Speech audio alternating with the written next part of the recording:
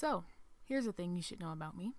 I can have a grand old time, just a jolly good arousing time all by myself. People who live with me know that I can be in the other room cackling, just cackling away at some dumb video or a stupid joke, and they get really concerned because half the time it's not even that funny. But there I am with actual tears running down my face. And I've even almost fallen out of a chair because I was laughing so hard.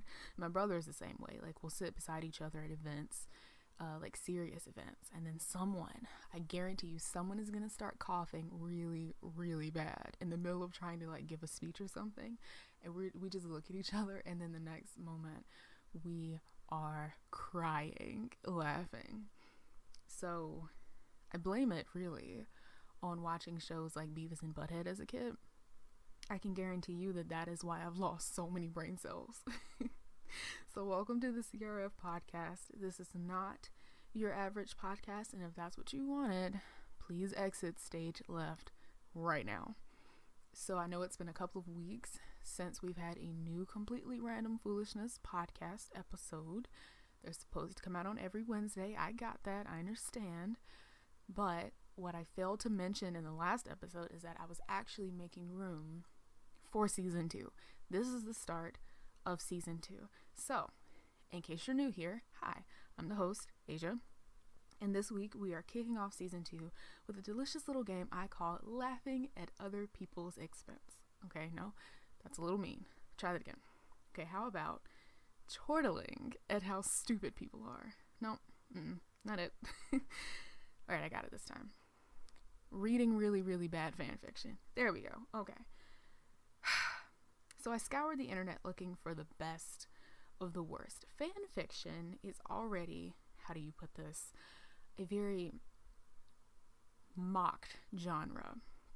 In case you have no idea what fan fiction is, it is literally exactly what it says. It is writing done by fans. It could be of their favorite characters or something, or people. Oftentimes, it is done to continue a story that has been completed by the original author. So it could be a Harry Potter fanfic. I honestly have no idea, no clue about anything Harry Potter related, so I don't know if J.K. Rowling actually finished the series or not, or if there are spin-offs or whatever. But what I do know is that in case let's say that she did finish the series, someone could come and write a story about Hermione and I don't know anybody. Hermione and Harry, okay? And they could be in this fan fiction, they could be traveling the world together, singing karaoke. I don't know. That's just what fan fiction is. It's just written by the fans. So sometimes people will write very, very oddly sexual fan fiction between characters or between them and a character or them and a person. Like steamy graphic romance novels, but written by a crazy 13-year-old. And do you see why this is problematic? Okay, I'm gonna try to steer clear of those. I'm gonna read some, but hopefully I picked some that weren't those, because they can get pretty weird. But people, like I said, they even do fan fictions about their favorite singers. So let me tell you, Wattpad is full of One Direction fanfic. In fact, don't quote me on this, but I am willing to bet that some of the cringiest fanfic out there is written by 1D fans. And I used to like 1D back in the day, so it's not that I'm saying that One Direction is a bad band, okay? I get that some of their stuff was a little cringy, but I would never, and I can promise you this, I would never have ever written a story about waking up to Harry Styles cooking breakfast for me in my kitchen. My God. So without further ado, I present to you fanfic number 1. This is a Gordon Ramsay fanfiction. My brother and I are huge Gordon Ramsay fans. We loved Kitchen Nightmares and Hotel Hell and just basically anything with Gordon Ramsay in it. He is so funny to me. The way that he will completely just butcher someone over their cooking. It's so funny. Okay, so of course I had to start it off with something a little strange. Here we go. Give me a second. I gotta pull this up. I should really pause this, but I'm not going to. Okay, so this is called I Found the Lamb Sauce, Gordon Ramsay X Reader. Okay, so I'm gonna try to explain this. So I think that when it says X Reader, I'm not even sure that's how you say it, but when it says that, that means that you insert yourself into the story. Okay, like I don't read fan fiction, so I don't know, but that's just what I've gathered from reading a couple, trying to gather information for this podcast episode. And it's written by Boxes Are for Winners on Wattpad. Of course, I stuck to Wattpad because Wattpad is just full of goodies. And so here's the description. It says, you can actually cook. Good for you. Now you can cook in front of Gordon Ramsay. And now you're 27 with no say in this. What? I didn't read this beforehand, so I'm genuinely curious as to what this is going to be like. You glanced over at the other contestants. They're all professionals. A sweat formed onto your face.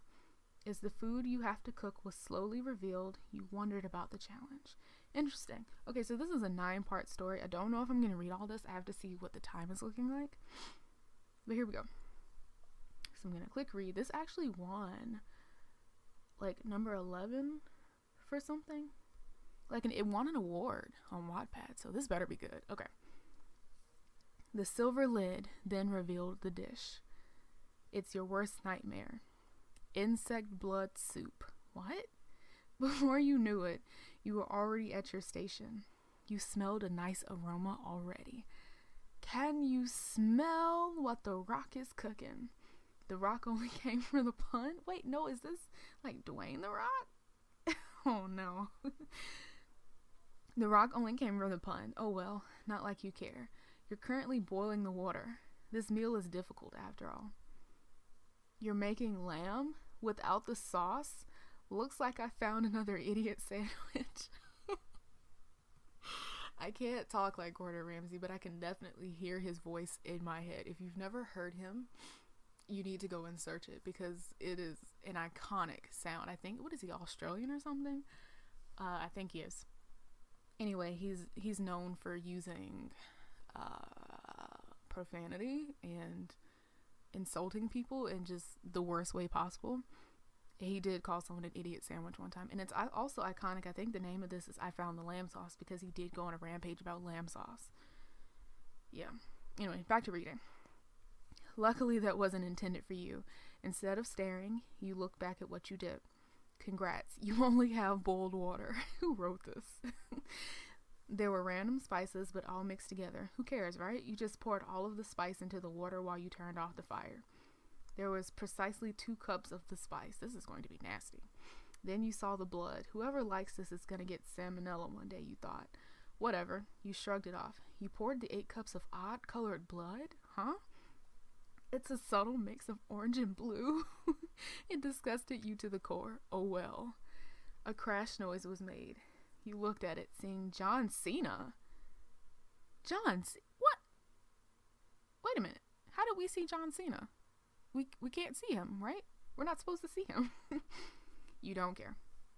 Then you looked back at your suit. It looks lacking in something. Maybe that weird thing they do in movies where they add their own blood. Life is odd. Oh my God, who wrote this? Who wrote this? This is so weird. Or maybe you forgot to stir. Yeah, sounds pretty reasonable. You grabbed your stir thingamajig or whatever and stirred your soup. It looks weird now. Like a rusty red. Oh well. Then now you have to present it. If it's horrible, you couldn't really care less anyways. What? Okay, this is part 2. We're starting part 2 now. Then Gordon examined your food. Obviously, you were last, like all TV main characters. Excuse me, are you trying to poison me? Gordon yelled. You whimpered. Whatever. It's better than all the other ones, so I guess you get the prize. You sighed in relief. Your prize is to make out with my eyelashes. I'm gonna be honest with you. I have to take a moment of silence for that one. Because I actually have no idea what this story is even about. So I think so far, you were forced to compete in a cooking competition with other celebrities. and you're making insect blood soup, which was orange and blue for some reason, and you poured 2 cups of spices in and you don't care. And now you lost, but your food was better than everyone else's. Okay, let's keep reading. Oh yeah, I'll say also, by the way, there is I'm gonna bleep out anything that's not clean because this is a clean podcast. Okay. What the H word? How am I supposed to do that? You protested. Shh, just do it. Shia LaBeouf whispered in your ear. Wait, isn't that a joke, you asked? Yeah, your real prize is visiting my house, Gordon replied. Oh, okay. Okay. This part is called house visit. You walked along the long hallways. The house is practically hallway. You have already been there for an hour. Seriously, there are no rooms. Not one. It got cramped when you tried to get past his bed and kitchen. How are you liking my house so far? Gordon asked. Oh, it's good, you lied. Bork, said Gabe. Who is Gabe? Who is Gabe? Okay. Didn't Gabe die, you asked? Gordon shushed you. How rude, you said under your breath. Bork. Then you heard a thud. So y'all know that Vine where the guy jumps down from something? I think he's like wearing a green suit and he just says, I'm gay. Do you know that Vine? Okay. I say that because what I'm about to say is in reference to that Vine. I'm gay. He kidnapped iDubbbz too. How many animate objects have you even kidnapped, you asked Gordon. Hey, wanna see the Donald Trump exhibit? Gordon asked. You just nodded in response. This is so weird. As you walk down the never-ending hallway, there is actually a room. The exhibit. Then you saw Trump hugging his Jacob Sartorius body pillow. As you came into his field of vision, Trump hissed. The entire room was Jacob Sartorius. Oh no. It makes you want to cringe. Gordon, can you escort me elsewhere, you asked? Sure. This is one of my favorite stories I've ever read. It isn't going anywhere. The story is going nowhere. Okay. Alright, this part is called Gasp. I have to finish this. I said I wasn't going to read the whole thing, but I have to finish this one. This is so good. Okay. Gasp. Gordon didn't lead you to a room, but more hallway. This house, if that's what you can call it anymore, is annoying the living H word out of you. You started. What? Want lamb sauce? Gordon asked. Oh, nothing, you replied. Well, good. I lost my lamb sauce anyway. You froze in your tracks. After a few awkward seconds, you quickly rummaged through the sweatshirt Jacob Sartorius gave you. Then you found it. The lamb sauce. I think I found it, you hesitantly said. Okay, thanks.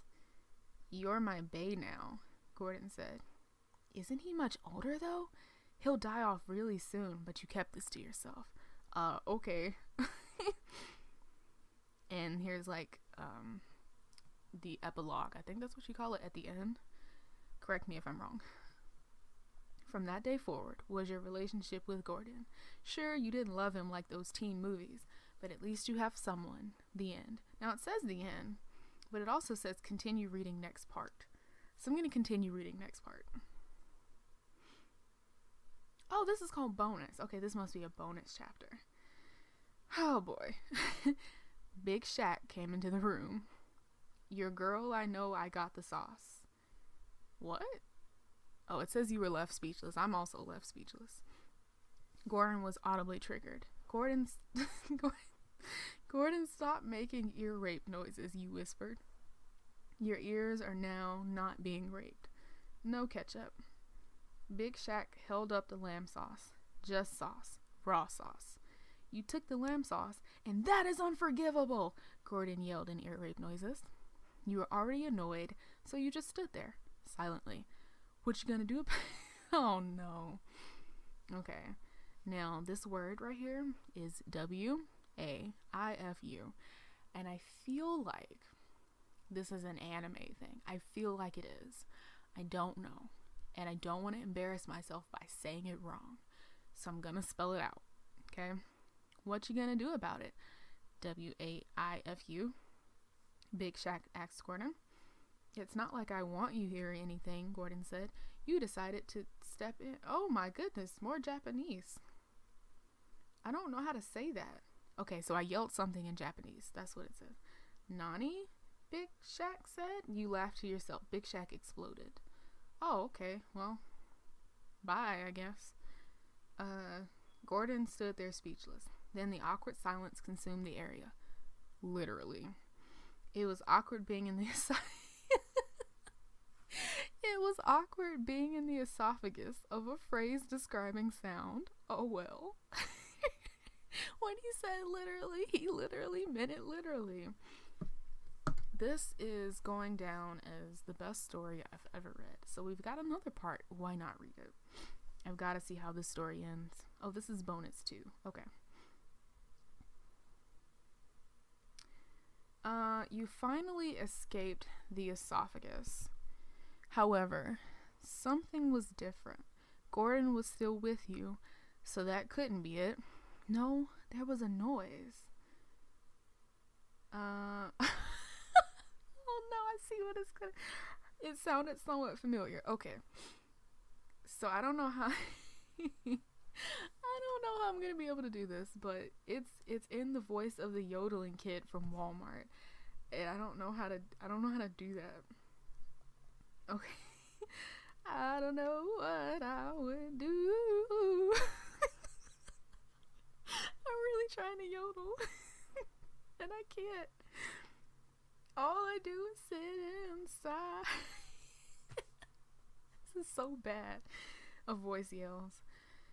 You just realized that you and Gordon landed at Walmart. Of course.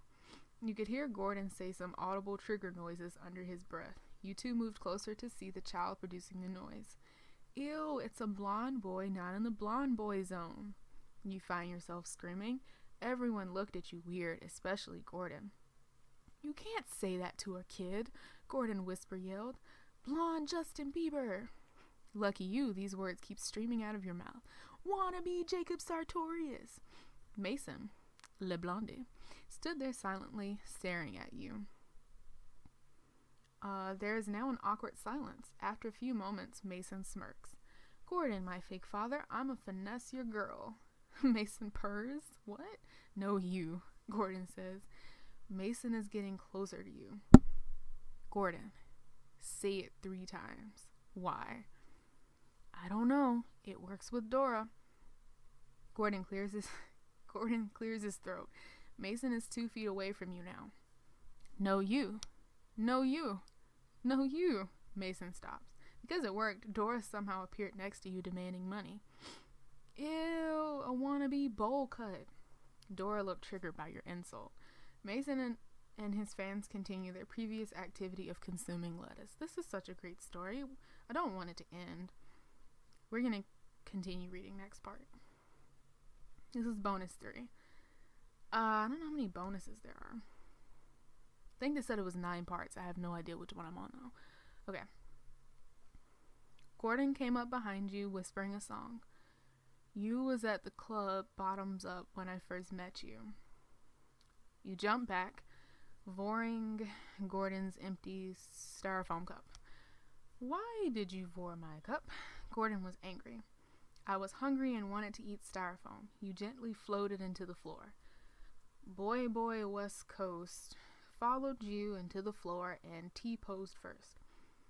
Why did you beat me to asserting my dominance? You were crying tears of hypotenuse. Okay, this is getting like way too random to even comprehend. I'm not gonna read this part. Oh no, no, no, no, no. Okay, I gotta read this one. This is bonus 4. I I looked over it before I started to read it, and now I know that this right here, this is gonna be the last one I read. Okay.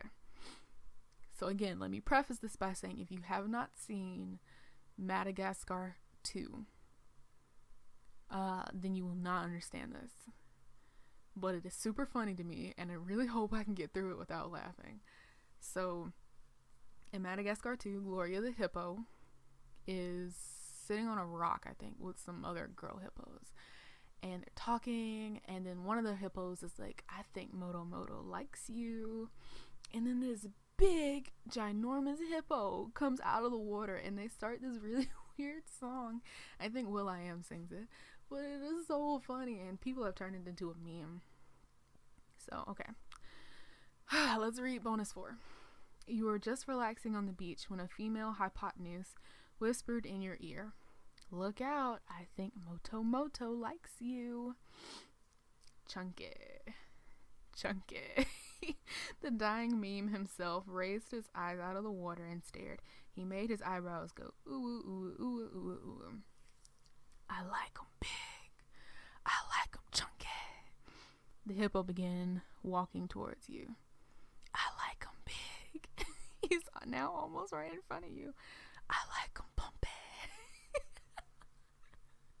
I love this song. Your thick leg and stomach pads are no longer things to be proud of, so you decomposed. Moto Moto finessed your thick pads and sashayed away. Gordon rose in front of the hypotenuse and asserted his dominance. Moto Moto started committing auto-tune crying MP3. Gordon finessed the thick pads and cooked them. Yummy. Okay. Well, yep. I think we're done here. I think we are done here. And I don't even know what to say about that. That was so odd. Whoever wrote that is really into random humor, which I enjoy, but sometimes it can get like too random to be enjoyable. But that was pretty good. Okay, so for fanfic number 2, I decided to go for a character and not a real person. This is a SpongeBob fanfic by SpongeBob Biggest Fan on Wattpad, of course. So, let me see if I can read the description if it'll pull up. Okay. An adorable and touching short created by SpongeBob Biggest Fan, starring the one and only SpongeBob SquarePants. In this fan fiction, you will actually experience how a relationship with a certain yellow porous sea sponge would be like. Oh God, what did I pick? No, oh no. I have a feeling this is going to be one of those romance ones. Oh, I'm scared. I'm really scared. This one won an award too, though. Okay. Oh no, I'm looking at the title of the chapter, and it's called Love is Complicated. This is gonna be really bad. Okay. Alright. I'm gonna try to get through this. It's been 2 years since I left Bikini Bottom. The last time I visited the underwater civilization, things are complicated. Well, if you take out the parts where I got to jellyfish at Jellyfish Fields with SpongeBob and Patrick, learn a bit about karate with Sandy, and work at the Krusty Krab, then it's complicated. It got complicated on the last day of my visit to Bikini Bottom. You see, during the vacation I kinda, started to develop a crush on SpongeBob. Well, you couldn't blame me. He's cute, yellow, and has eyes that are bluer than the sky and sea put together, not to mention his optimistic personality. I knew that we were gonna be made for each other, but that things only got more complicated from there. On the morning of the last day, I was packing my last-minute items for the journey home with my pal Sandy Cheeks. Sandy and I have been friends for a long time. Being mammals, we all have to look out for each other, so she let me stay in her tree dome. As we packed the last-minute items, I felt a tear slide past my eye and roll down my cheek. I knew I couldn't leave Bikini Bottom without shedding some tears. Sandy noticed the sudden change of my behavior. Are you okay, partner? Why the long face? I try to do an accent. I already have a southern accent. I don't know why. Well, anyway, Texas isn't southern. It's like western, southern. Okay, we're not going to do an accent. I'm just going to keep my own accent. Okay. Are you okay, partner? Why the long face? Sandy asked me whilst handing me a tissue to wipe my eyes. Oh, it's nothing, Sandy, I lied. That's not true. Then what are you crying for? Sandy stated. I was stuck. Sandy knew something was wrong. What could I do?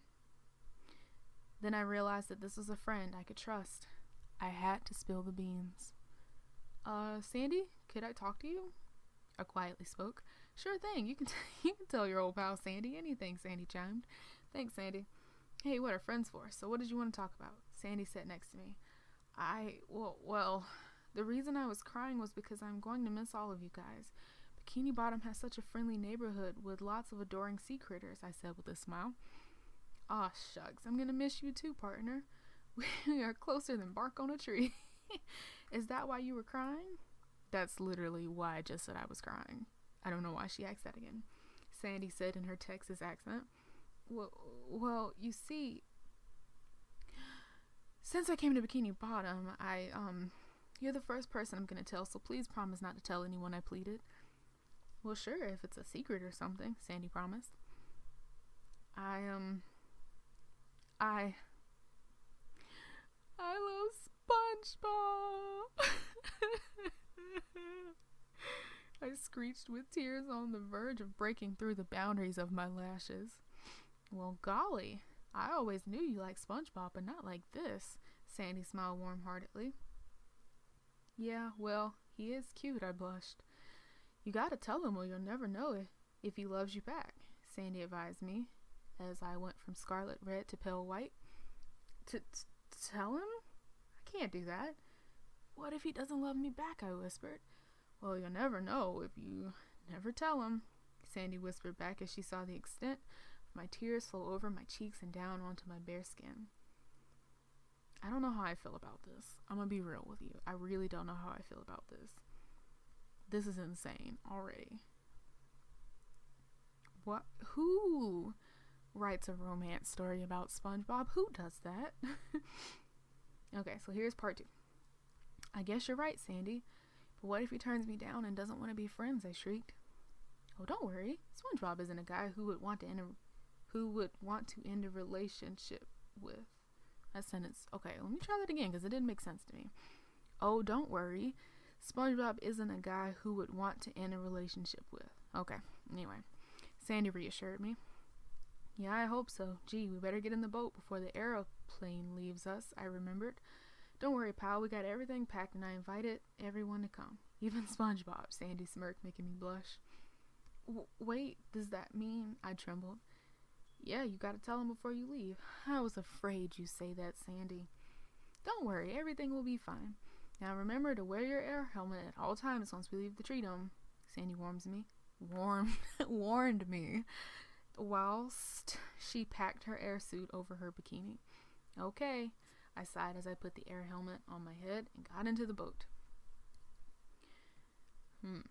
Sandy got inside the boat as well and started the engine to drive me to the airport.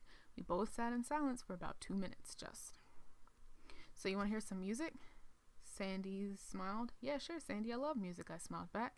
Sandy put the radio on and turned it to Bikini Bottom FM. As the songs played, I started to sing heartily with it. Then the DJ in the BBFM radio said that one of his listeners had a special announcement.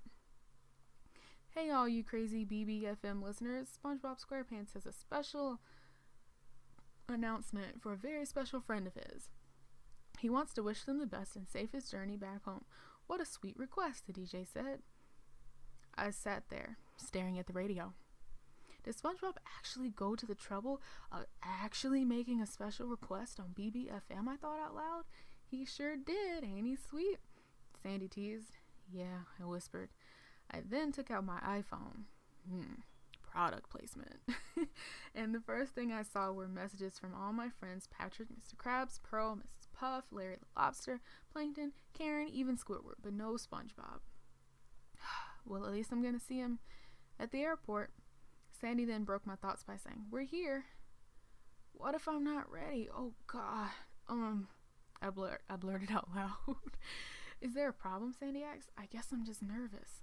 I am gonna tell him, aren't I? Well, don't worry, pal. I got your back, Sandy said whilst getting out of the boat. But every time they write whilst, it's like I don't. It does not fit. That word does not fit with the rest of these words. Okay, so I'm gonna skip some of these parts and try to find the part where they're actually talking to SpongeBob. Okay, so let me summarize what I just read so that I don't have to read it. Okay, so basically, SpongeBob did not show up. All of the friends that this person met in Bikini Bottom showed up to the airport to say their goodbyes, but SpongeBob was late, and then he got there, and he said he was late because he went to get flowers, and so that's where we are. Okay. Here you go, SpongeBob smiled as he placed a bouquet of pink flowers to me. They're beautiful, SpongeBob, thanks. I smiled whilst there we go again, whilst. Is it whilst? I'm having a crisis. I can't remember if it's whilst or whilst. I want to say it's whilst, but then again, now I don't know. Is it whilst? Oh dear. Okay. Don't mention it. By the way, you look stunning. This is gonna be so bad. He told me with a heavy red blush on his dimples and across his face as he stared at my short yellow dress and back then into my eyes. Thank you. You look cute as always, I commented with a small giggle. Then there was a speech from the airport staff that filled the atmosphere. All passengers boarding the airplane SBS P7 must start boarding the plane now. I repeat, anyone boarding the plane SBS P7 must board the plane now. The airport staff repeated in a sophisticated voice. I looked at my ticket and I looked back at all my friends. I knew I was crying, I was sure of it. I had lost control of my behavior. All I wanted to do now was cry, but not in front of SpongeBob. I couldn't help it. Tears flooded my face as my eyes were red from crying. I saw everyone looking at each other, not knowing how to comfort me. I closed my eyes, pretending to not notice as I cried some more. All of a sudden, I felt a pair of arms cuddle my waist as I lifted my heart slowly as I noticed a yellow bod filled with pores. Please don't cry. I want you to be happy on your journey back, SpongeBob told me. I'm just gonna miss you all, especially you, SpongeBob. I whimpered and whispered as I cuddled SpongeBob. That was it. The moment that would change my life forever. The confession that would change our lives forever. I had to make it last. SpongeBob, could I tell you something? Asked sweetly. Yeah, sure, you can tell me anything, SpongeBob chirped. I LOVEYOU. Oh, what the hey. I love you, SpongeBob. I shouted as I took off my air helmet and lifted the yellow and lifted the yellow sponge high into the air and kissed his smooth, soft lips. Oh my God, someone really did it. They really wrote a romance about SpongeBob. The gasp in the background from everyone could be heard. No one was expecting me to kiss SpongeBob. I continued to kiss SpongeBob. I could feel his warmth against mine as I kissed him harder. Oh, this is bad. This is so bad. My mind was set. This was definitely the sponge of my dreams. I broke the kiss as I started to feel a little bit suffocated from not wearing an air helmet underwater. I quickly put it back on. I looked back at SpongeBob's face and saw that he was blushing completely, and he was a little startled. Oh God, I can tell by that look. He's gonna reject me. Oh, D-word, it. I'd rather go back knowing that we are still good friends than know that he hates me and doesn't even want to be my friend, I thought, on the verge of fainting. I quickly grabbed my bags off the floor and ran to board the airplane. I didn't look back. I didn't want the past to haunt me. In the distance, I heard a high-pitched voice shout, "Wait!" But it was too late. My actions were done and I had to face the consequences. I boarded the plane and flew back home, remembering the events of today's episode, crying my eyes out. Okay, so I am not going to read this entire thing, but I did just skim through it, and there are a couple of lines I do want to say. I want to read. Not the whole thing, though. So, basically, it's been 2 years now since the person left since the person left Bikini Bottom, and they didn't get any text or calls from anybody in Bikini Bottom. And so this person, I'm gonna name Susan, okay? Susan is like really sad about it and decides that the only way to fix it is to go back to Bikini Bottom. So they go to Bikini Bottom wearing that yellow dress from before, and Susan goes to Jellyfish Fields where SpongeBob is. But before she gets there, she is talking to this lady at the airport counter, and she said, okay, hold on. "You're in a hurry, miss," the lady at the counter said with a $1 million smile. "Darn tootin' yes, I gotta win myself a sponge," I chirped. It's probably like the best line out of this entire episode. Okay, so she goes to Bikini Bottom. Oh, what am I talking? She goes to Jellyfish Fields in a cab, and she starts talking to SpongeBob, and they go talk on that hill. If you've seen SpongeBob, you might know what hill I'm talking about. It's at Jellyfish Fields. It like overlooks a cliff, kind of.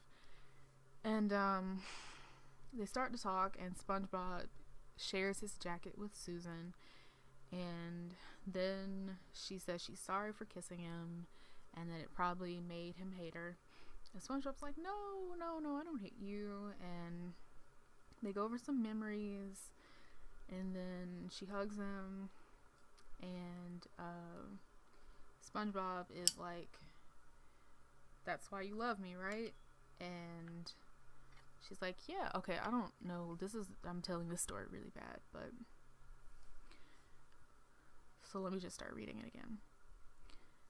Yeah, the main thing I wanted to ask you about was, do you love me too? I shook, here's that word, whilst blushing. Well, when you kissed me back there, I was actually flattered. And when you ran off, I wanted to tell you that, SpongeBob said with a big red blush, "that you hate me and you never want to see me again," I filled in. "That I love you too," he said, while jumping. I'm not going to say whilst or whilst anymore. While jumping onto me. His sudden jump caused me to lie down on the green grass while he was just sitting below my cleavage. We both looked into each other's eyes to find the sparkle in the night. SpongeBob, oh god, this is hard to read. SpongeBob grabbed me and kissed my lips. His kiss was hot and fierce, yet sweet and delicious. Now this was definitely worth the wait, I bragged as I continued to kiss my beloved. "It sure was," SpongeBob whispered in my ear. That's what it says. It says,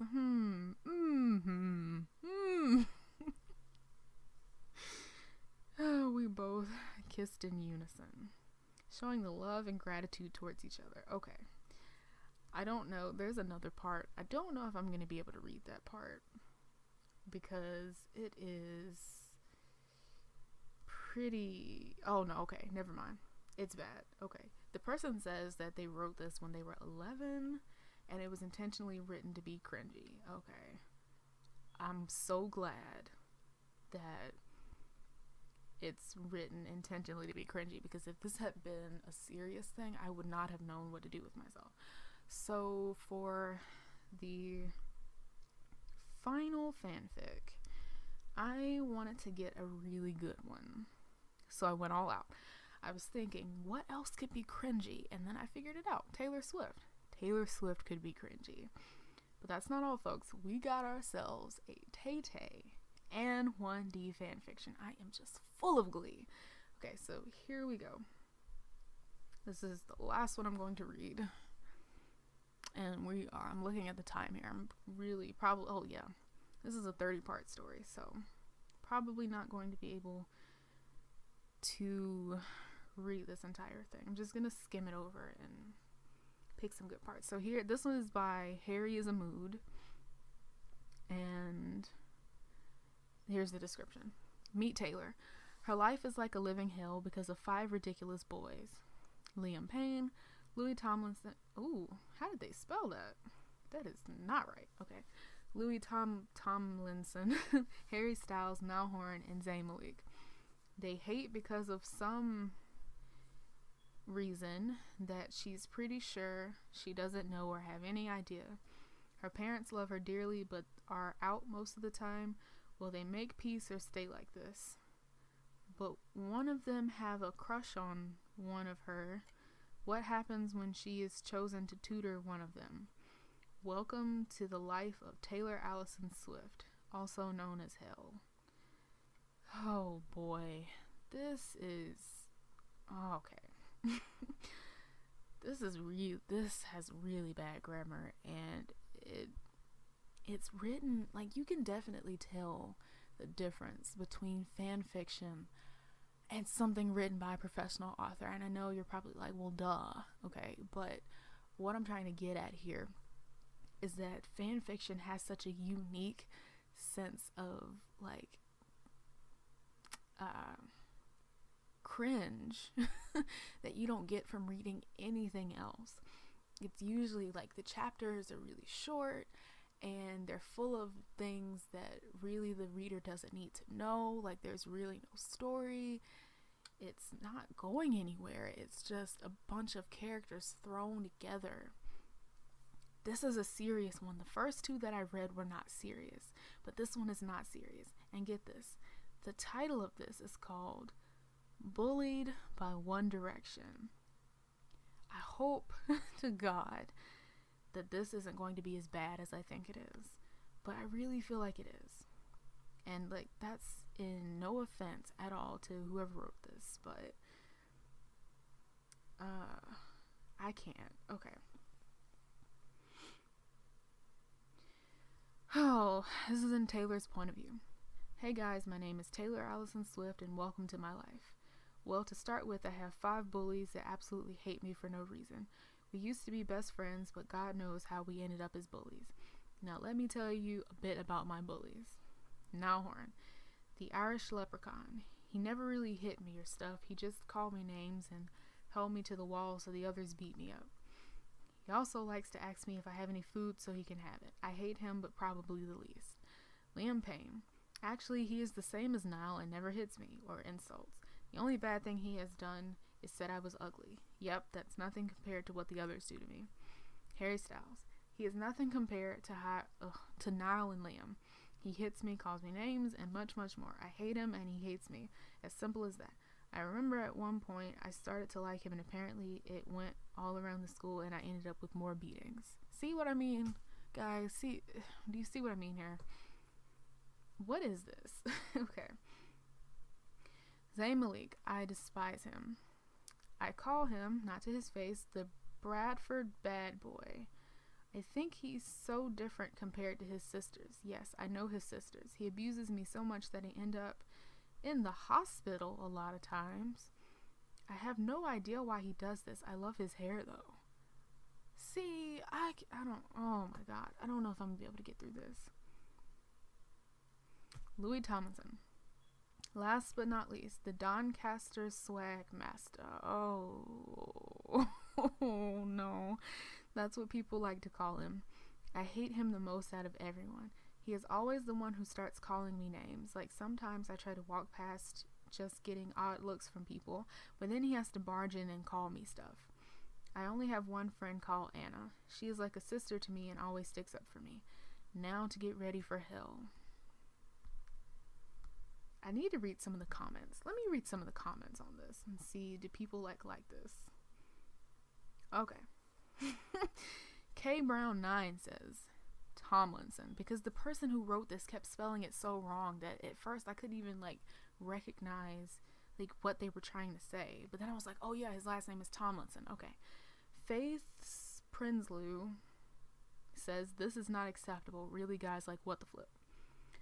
Afraid Styles 7 says everything about this story is cringeworthy. I agree, and I'm not even into part 2 yet. Afraid Styles 7 also said it clearly was written by a 9-year-old. And again, you're right about that. Afraid Styles 7 said one more time, this has got to be the worst story ever. Someone else just put question marks and asked, why did you have to use Taylor Swift? Someone said, yes, B, my name is Taylor. And another person said, OMG, this is so good. It's not. It's not good. It's not good at all. Okay. This is so cringy. Okay. Part 2. And I think this will be the last part that I read, and then we're going to end this for now. Again, this is in Taylor's point of view. Taylor, sweetie, wake up. It's time to go to school. My mom shouted from downstairs. School. More like hell. I jumped out of bed and got changed into shorts and a tank top with a long sleeve jacket. I ran downstairs and greeted my mom. Okay, here we go. This is a prime example of why fan fiction needs to be stopped. It needs to be stopped right now. In a lot of fan fictions, I've noticed this. What they do, and not just fan fictions, but stories written by authors that are just inexperienced, non-professional, people who have absolutely no clue how to write a story. A common thing is to describe what the character is wearing. And I know that in some books, yes, the authors do that, but it's like it's not like this. Normally it's a joke. Now it's actually a joke because you see this in so many Wattpad stories where they say, I put my hair into a messy bun and I changed into a tank top and some shorts and I ran downstairs to go get cereal. This is not relevant to the story at all. At all. Why are you telling us this? And then like the chapter goes nowhere. It's just so much filler. I hate it. I just had to rant about that for a second. But fan fiction is just like so cringy. Honestly. I don't see why people like to read it. If you do like to read it, you know, I apologize if I'm offending you, but that's your thing. Okay. Taylor, I have something to tell you. I stared at her curiously. Well, me and your dad have to go on another trip for a month, and we need to get you a babysitter. I spat out my juice, which was in my mouth. No, Mom, I don't need a babysitter. Sorry, no. My mom glared at me. Taylor Allison Swift, me and your father are doing everything to help you and you don't listen. She shouted. Softly? I nodded. Oh. Okay, Mom, you are always right anyway. Bye. I waved at her and jumped on my skateboard to school. I stopped by the gates to get ready for my daily beating. Maybe I could quickly sneak into class without getting noticed. I sneaked to my locker and put my stuff in there. I was about to close it when someone smacked the door on my hand. Okay, wait a minute.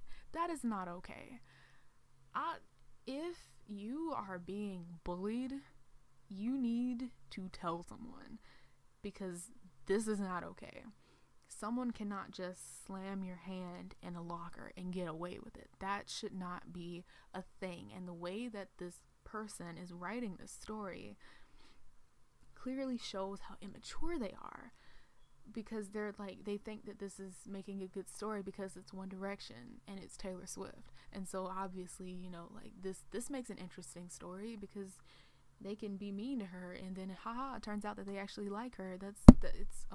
I keep dropping my my pop filter on my microphone, so if you heard a really loud noise, I'm sorry, that's what it was. But yeah, this is not okay, and I really hope that the person who wrote this does not feel like bullying is a part of everyday life of school, because if it is, it shouldn't be, and something needs to be done about it. Your daily beating? What is that to write? What is that? No, okay. Yeah, I'm not gonna even bother reading the rest of this. This is too much. This is too much. So here are the comments for this. Nope, never mind. Not reading the comments because these people are just as equally as dumb as whoever wrote this. Oh, okay, I won't say dumb. That's me, but you can see the maturity level here, and it's not there. This is why I think that fan fiction should die. I'm sorry, that's just my opinion. Oh boy, so that was really cringy, and I don't even know how I got through that. But yeah, like I said, this is a no offense to anyone who writes or actually enjoys reading fan fiction. This was really all in good fun until the end, where I got really upset because this person wrote a story where they like basically glamorizing bullying. I don't like that, okay? But for the first two, please take it and laugh. That's really all it was. It was just, good fun. I got some really good chuckles out of this, and I hope you did too. That is all for this episode of the CRF podcast. Again, I'm like really sorry that I just disappeared for a couple of weeks and didn't explain it. I was preparing for season 2, and there were a lot of things that I needed to change and get done. I did promise on Instagram that season 2 would be more to the heart of the Completely Random Foolishness name and our mission, which is to basically just have fun and laugh at stupid things. So if you want to hear more good stuff, come back next Wednesday. It'll be a completely different topic, so I have no idea what it'll be right now. But again, if you like this, please come back next Wednesday and make sure you tell someone to check it out too. I love all of you, and thank you for supporting this podcast. I will catch you next time.